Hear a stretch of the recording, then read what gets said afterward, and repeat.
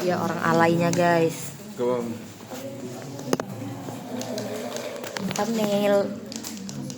Thumbnail Agatha. Oh, nasi ya. Itu punyanya ibu. Nasi ibu. Kamu kenapa sekarang kayak pendiam sih? Nah ya. Kenapa kamu udah muak ribet dengan aku ya? Ya. Kenapa muak? Capek. Iya, aku juga capek. Kau bosen gak isi kelas terus? Capek. Iya, bosen juga.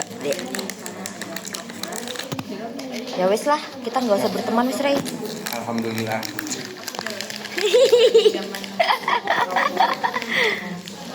Nanti aku dibully Rey.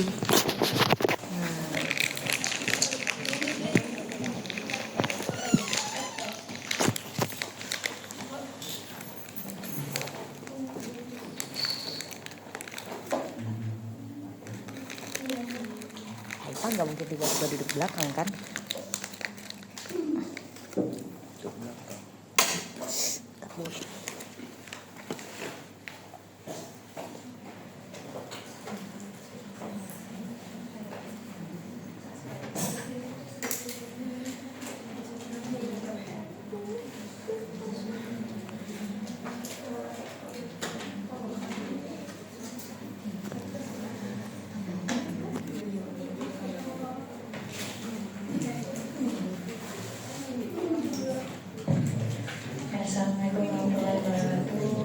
Waalaikumsalam warahmatullahi wabarakatuh.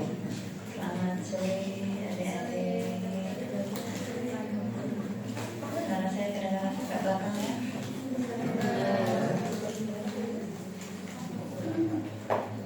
Jadi kita menyambung dari gangguan neurotiknya.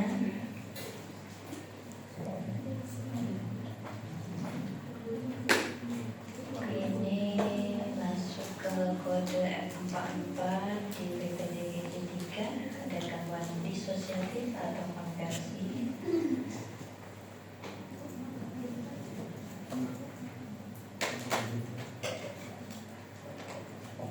Jadi gangguan disosiasi ini adalah kehilangan sebagian atau seluruh integrasi normal seperti ingatan masa lalu, kesadaran akan identitas dan penghayatan, kemudian kendali terhadap gerakan tubuhnya.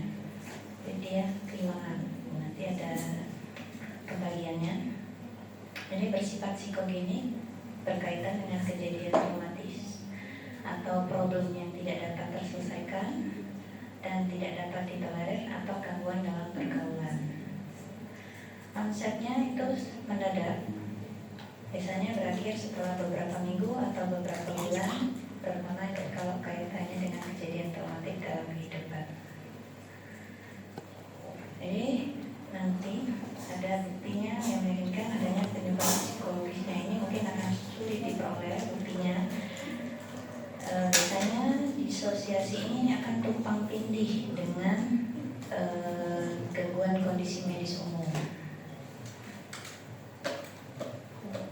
Kalau ditemukan memang ada gangguan dari susunan saraf pusat atau perifer, maka diagnosis ini juga sulit untuk ditegakkan.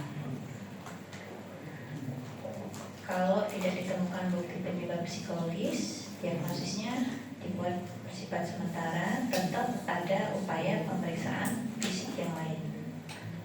Nah, untuk pedoman diagnosisnya ada ciri-ciri klinis dari yang tadi, kemudian tidak ada bukti gangguan fisik yang dapat menjelaskan gejala-gejala tersebut. Contoh, pada pasien disosiatif ini ada yang tiba-tiba lumpuh, tapi dari pemeriksaan sarafnya normal. Kemudian pedoman diagnosisnya bukti adanya penyebab psikologis dalam bentuk hubungan waktu yang jelas dengan problem dan peristiwa yang stressful atau hubungan interpersonal yang terganggu. Ini biasanya disangkal oleh pasien. Jadi pasiennya ini merasa ya baik-baik aja, gak ada beban psikis, gak ada masalah. Ini jenis-jenisnya gangguan disosiatif. Ini dari BPDGJ 3.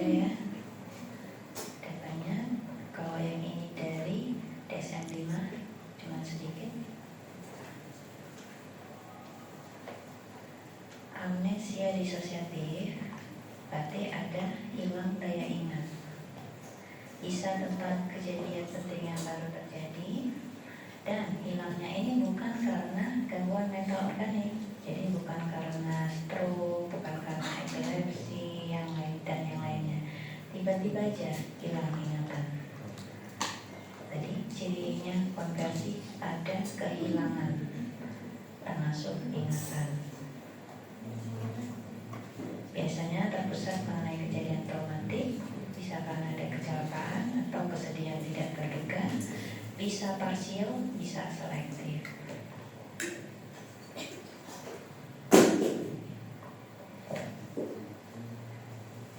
Tidak ada gangguan otak organik, intoksikasi atau kelelahan yang berlebihan.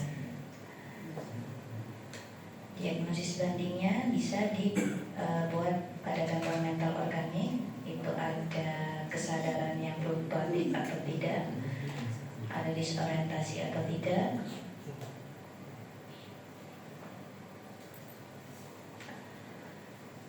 kemudian ada pingsan atau tidak, bisa karena penyalahgunaan alkohol atau obat-obatan.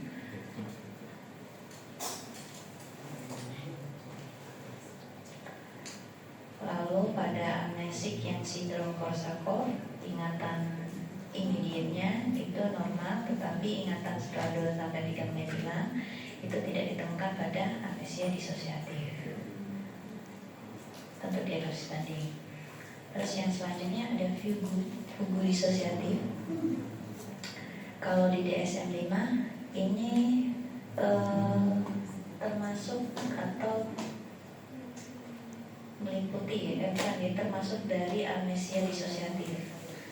Kalau di BPD 3 dia berdiri sendiri, kalau yang di DSM-5 dia bagian dari amnesia disosiatif. Jadi kalau fugu ini dia ada gejala melakukan perjalanan meninggalkan rumah atau tempat kerja yang tampaknya disengaja, dan selama itu yang bersangkutan tetap dapat mengurus dirinya. Pedoman diagnosisnya, dia sengaja melakukan perjalanan tertentu melampaui jarak yang biasa dilakukan berhari-hari. Misal rumahnya di Jogja, jalan-jalannya sampai ke Surabaya. Lama bisa dalam berhari-hari, bisa berbulan-bulan. Kadang ditanya juga ada hilang ingatannya, ada bisa iya. Bisa mampu mengurus diri sendiri, Iya. masih sosial, Gak baru-baru banget sih, cuman ya ini udah 8 menit, enggak 8 menit, kayaknya baru 5 menit. Terus dia bisa mengurus dirinya sendiri.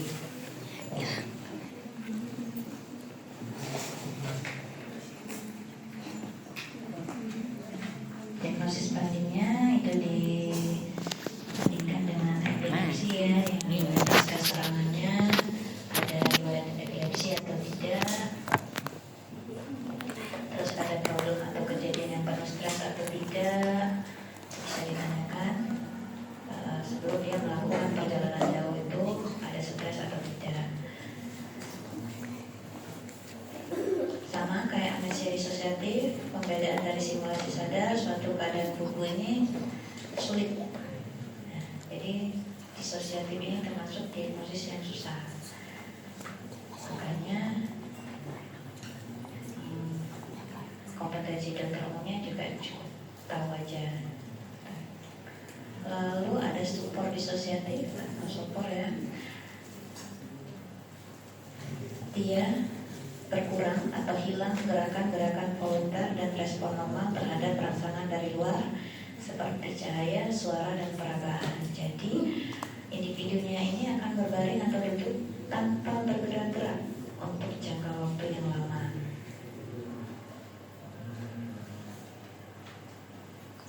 Kayak lumpuh tiba-tiba. Hampir tidak ada pembicaraan atau gerakan yang spontan atau disengaja. Dan dari pemeriksaan fisik itu tidak ditemukan adanya gangguan fisik. Lalu tidak ada gangguan psikiatrik lain yang dapat menjelaskan keadaan tersebut. Kemudian ada problem atau kejadian-kejadian baru yang penuh stres. Diagnosis bandingnya itu suprapatatonik ya, karena gerakannya sama-sama tidak ada, bisa posisi tertentu dalam waktu yang lama.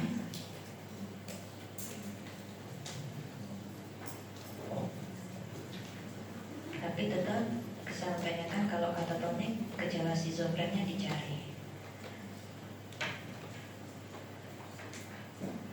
Ada gangguan trans dan kesurupan. Gangguan ini kehilangan sementara penghayatan akan identitas dirinya dan kesadaran terhadap lingkungannya. Jadi dalam beberapa kejadian, individu tersebut berperilaku seakan-akan dikuasai oleh kepribadian lain, kekuatan gaib, malaikat atau kekuatan lain. Kadang kalau budayanya itu ada yang bentengan ya, pemantengan. Ya, gangguan trans. Ada juga yang kesurupan masal, yaitu trans juga. Perhatian dan kewaspadaan terbatas atau terpusat pada satu atau dua aspek saja di lingkungannya. Dan seringnya gerakan-gerakan, posisi tubuh dan ungkapan kata-katanya juga terbatas dan diulang-ulang.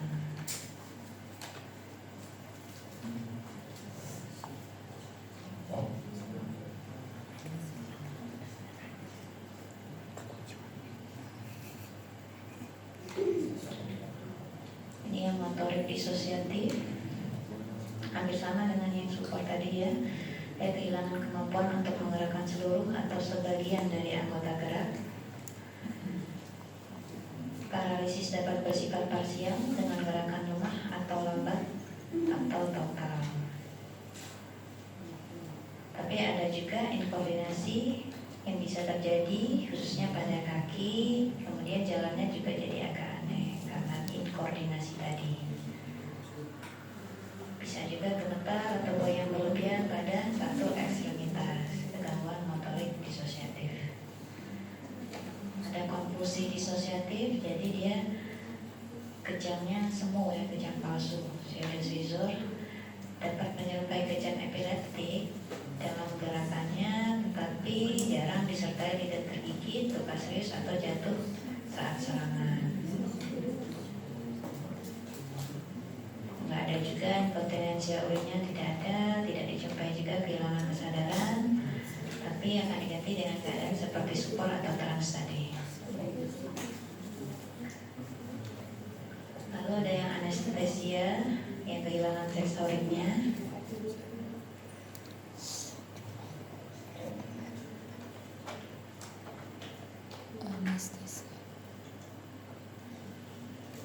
Jadi dia ada hilangnya perasaan pada pengindraannya yang kalau diperiksa itu tidak ada kerusakan neurologisnya. Hilangnya perasaan sensorik ini dapat disertai dengan keluhan parestesia. Ini gangguan disosiatif atau konversi campuran. Diagnostiknya dalam pemeriksaan abdomen, diagnosisnya itu tidak didapat adanya tanda kelainan fisik. Harus diketahui secara memadai mengenai kondisi psikologis dan sosial serta hubungan interpersonal dari pasien agar memungkinkan menyusun suatu formulasi yang meyakinkan perihal sebab gangguan itu timbul. Tapi kadang susah cari stresornya apa. Ini gangguan disosiatif lainnya, salah satunya termasuk itu adalah gangguan kepribadian multiple. Ada dua atau lebih kepribadian pada satu individu dan hanya satu yang tampil untuk setiap saatnya. Mungkin sudah banyak nonton film-filmnya ya. Kadang ada yang sampai 12 kepribadian, ada yang 2 kepribadian. Tapi yang satu itu masih ada kalau 5. itu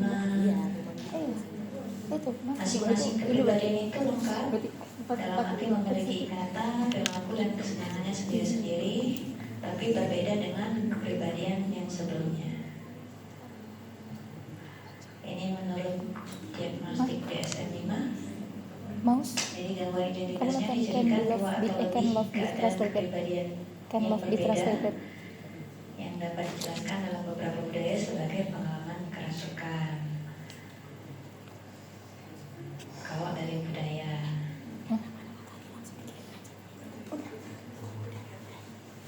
gangguannya ini melibatkan diskontinuitas yang nyata dalam merasakan diri dan tubuh, ada perubahan terkait afek, perilaku, kesadaran, ingatan, persepsi. Jadi satu kepribadian itu muncul, yang lain tidak tahu nih apa yang terjadi di luar. Kesenjangan berulang dalam mengingat peristiwa sehari-hari, informasi pribadi yang penting, atau peristiwa traumatis yang tidak sesuai dengan kriteria kelupaan biasa. Jadi pada saat kepribadian satu yang muncul, dia tidak tahu apa yang dialami dengan kepribadian yang lainnya. Jadi tidak bisa mengingat peristiwa yang dilakukan oleh kepribadian yang lain. Gejalanya menyebabkan penderitaan yang bermakna bukan merupakan hal yang normal dalam budaya atau agama yang diterima secara luas, kemudian tidak disebabkan oleh efek fisiologis suatu zat. Karena kalau pengaruh alkohol, narkotika juga perilaku bisa berubah dari yang pemalu bisa tiba-tiba banyak bicara. Ada gangguan depersonalisasi dan derealisasi. Kalau depersonalisasi ini perasaan di mana diri sendiri terlepas atau terasing, terjadi terus-menerus atau berulang, merasa dirinya seperti robot atau mengamati atau menonton dirinya sendiri seperti sedang menonton film. Kalau derealisasi, perasaan tidak nyata terlepas dari lingkungan, menggambarkan persepsi bahwa dunia luar tidak nyata, seolah-olah bermimpi atau mati. Kalau ini yang dimaksudkan dari ini. Tapi kalau pada schizofren itu juga ada gejala depersonalisasi dan derealisasi. Jadi kalau pada psikotik, biasanya pada schizofren, depersonalisasinya itu contohnya dia melihat orang yang dikenalnya itu bukan orang yang dikenalnya. Jadi kayak suaminya itu bukan suaminya. Nah, itu depersonalisasi. Atau dia melihat dirinya sendiri di kaca, itu bukan dirinya. Itu kemudian psikotik yang schizofren. Kalau derealisasi itu lingkungannya yang berubah. Padahal dia ada di rumah, tapi dia tidak merasa itu di rumah.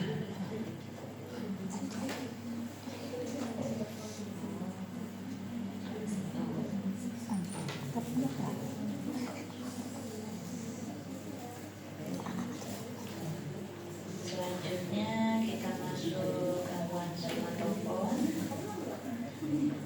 Jadi yang khasnya ada gangguan konversi ini kehilangan ya, ada kehilangan yang tadi. Kalau contoh kasusnya biasanya lebih banyak yang saya temukan itu pasiennya tiba-tiba lumpuh tanpa sebab, pemeriksaan fisiknya normal. Smartphone itu satu yang buat gitu. Lalu saat digali ternyata ada stresor dibully di sekolah. Biasanya onsetnya ini pada remaja karena denialnya menyangkal realita ya, dan sehingga teralihkan kecemasannya itu ke fisik. Yang terakhir itu gangguan somatofon. Ada keluhan gejala fisik berulang disertai dengan permintaan pemeriksaan medis, tapi sudah berkali-kali periksa hasilnya normal. Tidak ditemukan kelainan fisik yang menjadi dasar keluhannya. Nah, pada gangguan ini ada perilaku mencari perhatian atau histrionik. Attention seeker. Karena pasiennya ini memang merasa ada sakitnya dan meminta pemeriksaan lebih lanjut. Misal dia keluhnya sakit kepala, tapi sakit kepalanya ini obat yang nggak membaik. Sudah diperiksa banyak, mungkin ada laboratorium yang diperiksa, terus CT scan, MRI, ternyata tidak ditemukan kelainan. Maka nanti akan ditanya baru sama dokternya, kira-kira ini ada mengarah ke psikis atau enggak. Baru nanti dirujuk kalau semua pemeriksaan sudah normal. Tapi ya biasanya pasiennya juga tetap merasa ya dia sakit. Ini jenis-jenis gangguan somatoform ya, ada somatisasi, somatoform tak terinci, ada hipokondrik. Kalau somatisasi, cirinya gejala fisiknya bermacam-macam, berulang dan sering berubah-ubah, berlangsung beberapa tahun.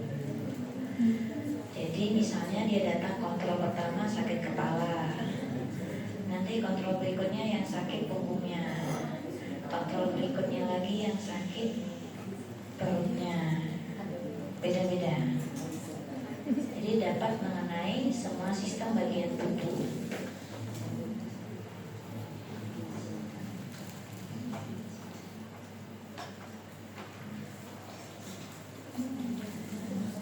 Gangguan ini sering terjadi pada wanita daripada pria.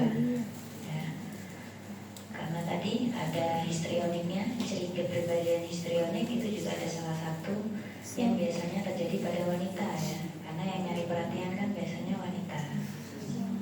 Izin dokter. Yang butuh banyak validasi kan biasanya wanita. Izin dokter. Belakang suara kamu. Izin dokter. Jujur. Jujur. Bella. Oke, saya menyampaikan ini aja objektif ya. Ini pedoman diagnostiknya. Tadi ada gejalanya, berbagai gejala fisik yang banyak, tetapi tidak bisa dijelaskan secara pemeriksaan fisik. Sudah berlangsung minimal 2 tahun. Pasiennya tidak mau menerima saran nasihat atau penjelasan dari dokter bahwa dia tidak ada kelainan fisik. Terdapat daya atau kerusakan dalam taraf tertentu dalam fungsinya di masyarakat dan keluarga yang berkaitan dengan sifat keluhan-keluhannya itu. Misal dia merasa ya ada sakit lambung gitu ya, sakit perut, jadi akhirnya sering bolos gitu. Tidak bisa.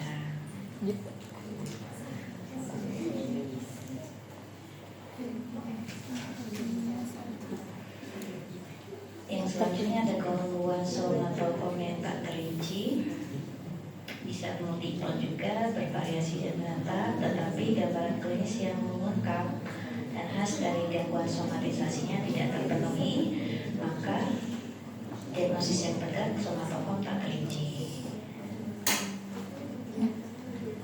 Jadi pada pasien ini biasanya mengemukakan keluhannya tidak dramatis dan tidak kuat, keluhannya juga tidak terlalu banyak, atau tidak ada gangguan dasar faktor penyebab psikologisnya. Tetapi juga tidak boleh ada dasar fisik untuk keluhannya itu. Baru bisa didiagnosis sebagai gangguan somatoform tak terinci. Yang selanjutnya gangguan hipokondrik. Cirinya ada preokupasi yang menetap. Berarti ada pemikiran yang menetap, yang berulang, akan kemungkinan menderita satu atau lebih gangguan fisik yang serius dan progresif. Pasien menunjukkan keluhan somatik yang menetap atau preokupasi yang menetap dengan penampilan fisiknya. Ya, jadi dia biasanya itu aja, misalnya satu organ aja ya, sakit lambung aja gitu. Tetap dia merasa ada sakit lambung. Ada komorbid depresi sama ansietas. Jadi mungkin bisa dia dual diagnosis juga bisa. Jarang timbul setelah usia 50 tahun. Perkembangannya biasanya kronis dan berfluktuasi. Tidak boleh ada waham yang menetap mengenai gangguan fungsi atau bentuk badan. Ya, jadi Diagnosis bandingnya gangguan waham bisa. Karena hipokondrinya itu ada juga yang waham hipokondrik ya. Tapi kalau waham hipokondrik itu udah biasanya udah aneh, biasanya kayak merasa sakit lambungnya itu karena ada kuda di dalam perutnya. Sakit perut. Ini untuk pedoman diagnostiknya keyakinan perihal adanya sekurang-kurangnya satu penyakit fisik yang serius yang melandasi keluhan atau keluhan-keluhannya. Meskipun pemeriksaan berulang tidak menunjang adanya alasan fisik yang memadai, atau ada preokupasi yang menetap terhadap adanya deformitas atau perubahan bentuk atau penampakan. Kemudian ada penolakan yang menetap, tidak mau menerima nasihat dari dokter.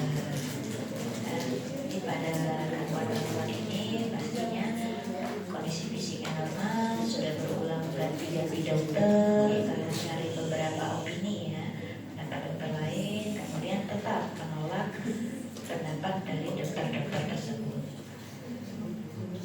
Yang selanjutnya ada disfungsi autonomik somatopon.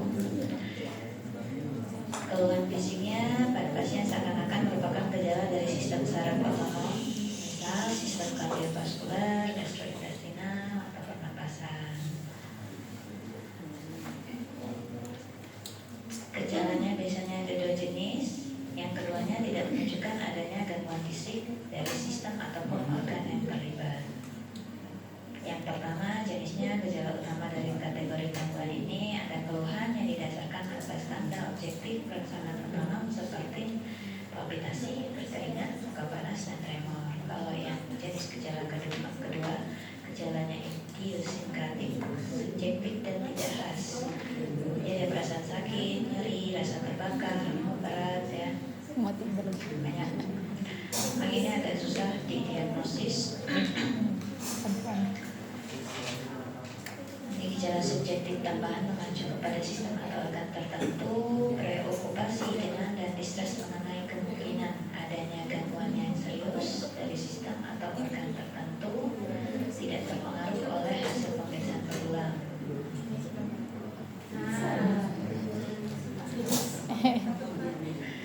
Tidak terbukti adanya gangguan yang bermakna pada struktur atau fungsi dari sistem atau organ yang dimaksud. Jadi ini termasuk diagnosis yang sulit ditegakkan, makanya jarang ada yang diagnosis ini.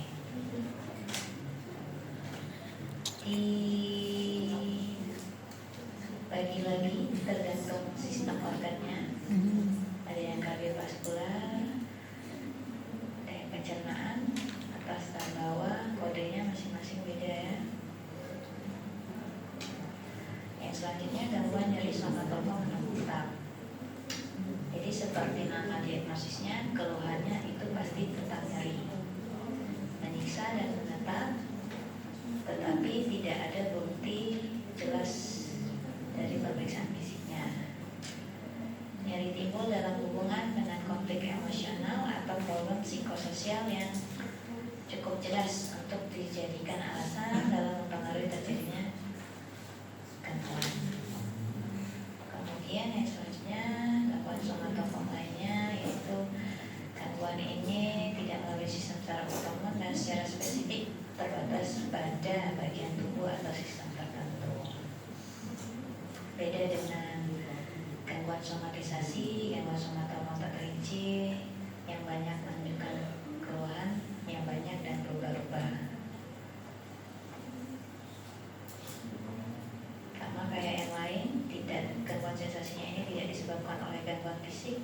Kemudian erat kaitannya dengan kejadian atau problem yang penuh stres.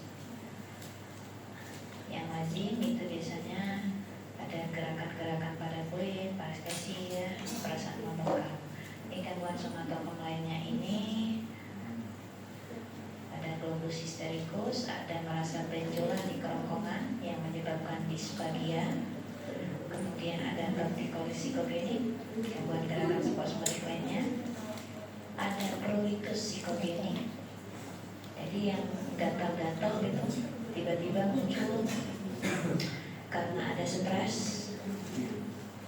kemudian ada dismenorrhea begini, ada depresi. Apa? Kasus Kasusnya Pak Andi. Salah. mari baca. Jatuh ke file dan kecemasan selama lebih dari 6 bulan ya masalah tuh. 6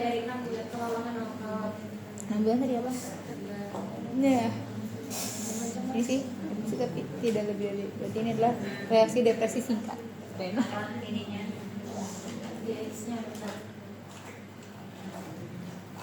Tandanya Cemas lebih dari 6 bulan. ya ada kedengaran motorik, Ah, sakit kepala. Nyeri otot. Hah? Kalau dari otak tuh berarti apa? Hah? Kalau lebih dari 2 tahun distimia tuh. Berarti ini reaksi depresi berkepanjangan. Singkat tuh berapa sih? Gangguan campuran ansiedasi Kan di bawah penyesuaian 6 bulan. Depresi singkat. Singkat sampai berapa dok lupa? Cemas, gangguan cemas. ya gangguan cemas. Oh, gangguan cemas. Cemas yang ini. Oh, awal banget. Menyeluruh karena apa?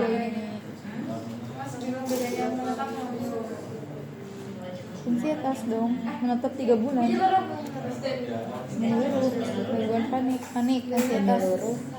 depresi soalnya kan cemas gitu. Hah? Emang panik, gimana panik? Ini gangguan cemasnya kan banyak. Iya banyak. Sering merasa tegang, mudah lelah, Banyak kan lebih mengarah ke gangguan cemas. Gangguan cemas, menyeluruh, kan itu ansietas menyeluruh, cemas menyeluruh. nggak ada tanda itu. Oh, cemas banyak hal, menetap 3 bulan. Oh, mereka intens. Wanita 20 tahun mengalami pelecehan seksual terus-menerus oleh ayahnya dan teman ayahnya yang alkoholik. Pasien diancam ayahnya akan melakukan pelecehan seksual ke adik-adiknya jika dia memberitahu siapapun tentang pelecehan itu. Pasien ingin bunuh diri, tetapi dia merasa dia harus tetap hidup untuk melindungi adik-adiknya. Pasien kabur dari rumah setelah diperkosa oleh ayahnya dan beberapa teman ayahnya. Astagfirullah. Pasien melakukan perjalanan ke kota lain yang pernah ditinggali sebelumnya dengan niat ingin ke rumah neneknya yang pernah tinggal dengan pasien sebelum terjadi pelecehan. Pasien naik transportasi umum berjalan-jalan tanpa tujuan sekitar 8 jam. Pada malam hari pasien diberhentikan oleh polisi. Saat ditanya polisi, pasien tidak bisa mengingat kejadian baru-baru ini dan tidak bisa memberikan alamat tempat tinggalnya saat ini. Bersikeras bahwa pasien tinggal dengan neneknya di kota itu. Pada pemeriksaan awal, pasien bisa memberikan identitasnya. Namun pasien percaya bahwa saat itu adalah 2 tahun lebih awal. Dan pasien menyatakan usia lebih muda 2 tahun misalnya stres. Oh, simptomnya lupa ingatan, Lupa, stresornya pelecehan. Jadi diagnosisnya Gangguan bukan yang itu lupa disosiatif yang semua itu tadi dok. iya Disosiatif kan lupa disosiatif ya. karena Disosiatif. jalan tertentu melampaui hal yang Nih, dilakukan sekali. nggak tahu kan gak masuk. Jadi dia berjalan dalam waktu yang lama, pergi dalam waktu yang lama, kemudian ada Gimana? gejala kehilangan Berarti ingatannya. 441. Oke. Ayo, pening. Lanjut. Wanita 33 tahun menemukan anaknya yang berusia 8 tahun mengalami pelecehan seksual oleh tetangganya. Astagfirullahaladzim. Sejak saat itu pasien sering merasa cemas dan khawatir terhadap anaknya. Pasien sering kontrol rutin ke psikiater dan minum obat teratur dan sedikit membaik.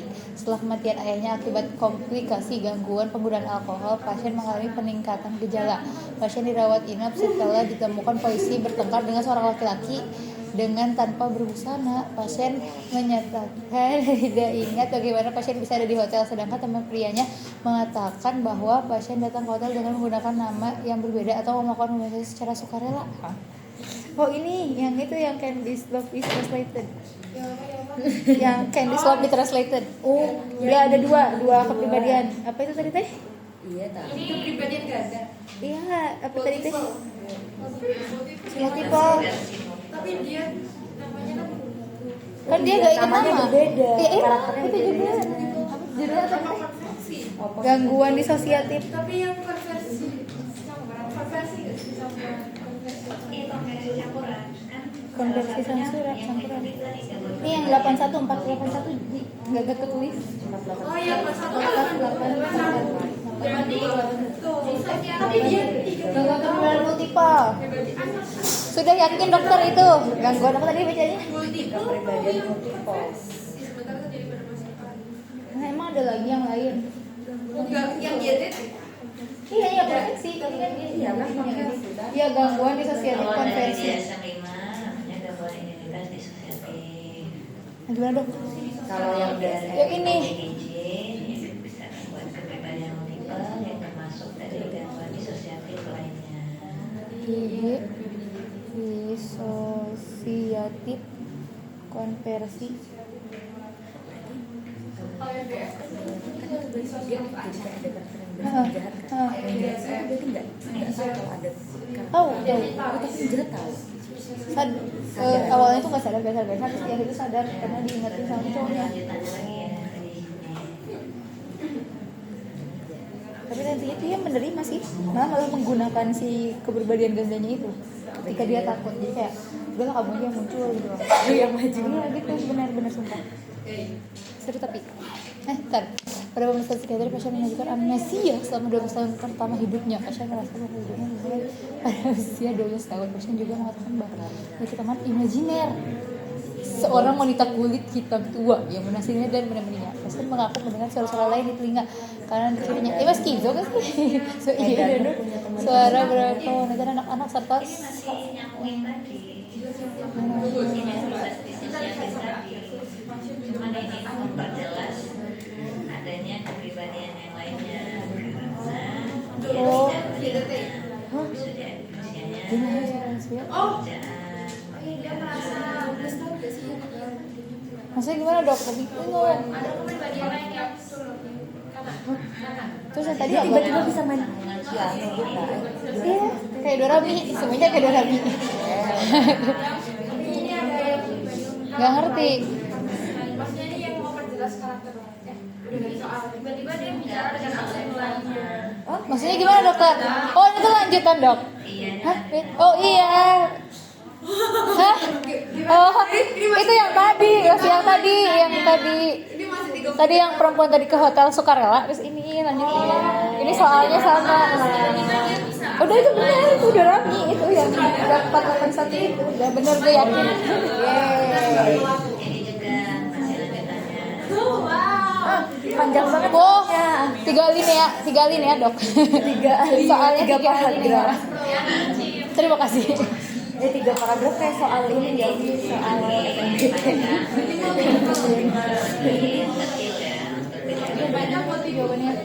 Yang terakhir itu jawabannya Dorami ya. Alias 488.81 kepribadian multiple anjay nabar. Love. Sumpah nonton itu kalau kamu bakal suka. Oh ini menurut aku. Ibu ya. Kalau untuk yang gangguan somatoform. Biasanya kalau misalnya sebelumnya kayak ada kecelakaan atau trauma Ini kayak gantian gitu. Kalau kan si yang kami CD-nya kayak tidur lah atau nggak pas udah kali kayak gitu. Pas yang satu yang banget dia nggak ingat. Jadi si yang satunya menggerakkan bagian tubuh. Jadi berarti pas dia merasa terangkat tiba-tiba keluar dia kasihan dong kayak nggak tahu apa-apa tiba-tiba suruh melawan membuat yang baik takut Tergantung ya. awalnya itu sadar yang gue habis ngelakuin apa kayak gue bangun tapi kayak tidak ingat gitu. Terus pas dia nggak lihat sosial media kayak aku kapan gue ngepost ini gitu. kok bisa gitu Kita bingung sih. Tapi mimpi itu langsung banyak nggak di jurusan gue sama kesehatan mental. Semuanya sama ternyata gitu ya. Jadi spoiler. Aku tapi belum ada niatan nonton. Yang Spoiler orang aja. cemas ya. Coba marah. Gandhi bis ke. Tapi malah Jalan aja. Kalau kalian terus ada yang nggak usah dilakuin, tapi kalau sudah melakukan ya jangan takut ya.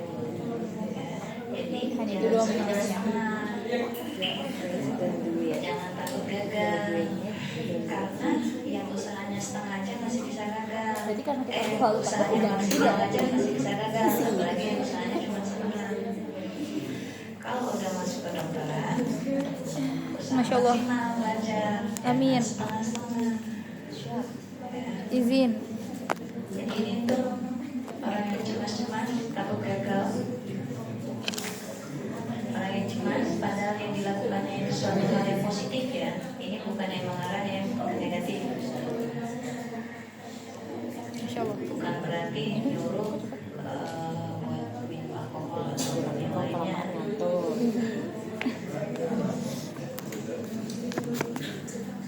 Nih. Ada yang mau ditanya atau disampaikan lagi? Itu neurotik ya tadi.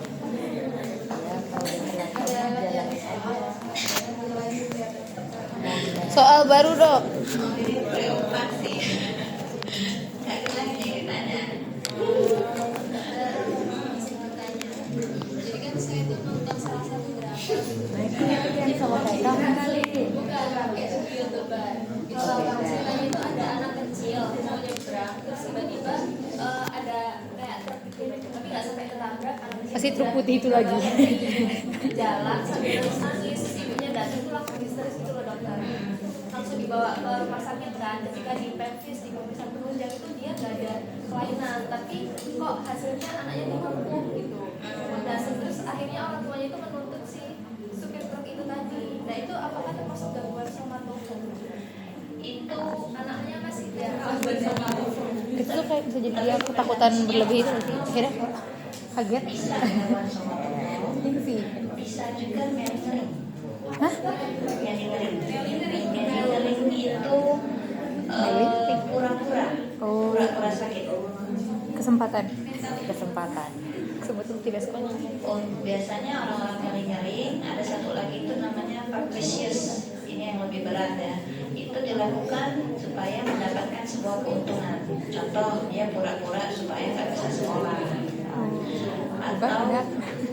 pura-pura sakit Apa kau supaya sering ngelakuin ya waktu menghindari bocil? tindak pidana. Sumpah. Enggak sih. Enggak. Jujur kalau gue jujur gak mau sekolah. Jujur ya. Tapi kalau misalnya ini pada anak-anak, kalau lumpuh ya, lumpuh ada kemungkinan gangguan disosiatif juga bisa. Disosiatif. Jadi mesti digali-gali lagi. Tapi itu bisa jadi diagnosis tanding, gangguan disosiatif sama gangguan somatoform. Cuman kalau gangguan somatoform mestinya dia ada berobat kemana-mana. Ini somatoform berobat kemana-mana. Somatoform berobat kemana-mana. Menentukan dia dengan somatoform. Dan kalau keluhannya itu cuma itu aja juga lebih sulit lagi. Biasanya kan somatoform beda-beda, banyak sistem organ yang terlibat. Jadi kalau memang dia lebih cenderung disosiatif itu juga bisa. Sebut. Ada lagi mau ditanya? Ini mirip semua, woi. Somatoform semuanya mirip, woi. Cuman intinya berobat. Intinya. Kuliah hari ini terima kasih atas kehadirannya, semoga bisa paham dengan lecture saya. Ini yang terakhir ya untuk lecture ya. Ya satu selesai, tapi masih ada praktikum ya. Ketemu saya lagi. Juga Bill. Terus nanti saya berikan materi tentang simptomatologi karena sepertinya masih banyak yang belum paham tentang simptom-simptom psikiatri. Baik dokter, mau dokter. Mau rangkum banyak mbak. Bella. Merah Nanti kalau saya lupa. Kalau saya nggak kecapean. Gini aja. Capek kan? Berikanlah dokter Sisi kesehatan ya Allah. Ya, terima kasih atas doanya. Saya akhiri pertemuan hari ini. Sampai jumpa di Praktikum. praktikum ya. Kalau mau besar ya. Assalamualaikum warahmatullahi wabarakatuh. Waalaikumsalam 45 menit. Terima kasih. Don't be afraid. Kata-kata hari ini.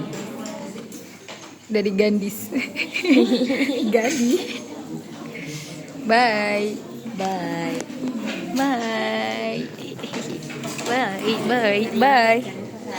Yeay. Yeay. Yeay. Yeay. Yeay. Semangat. Oh. Gue belum ini.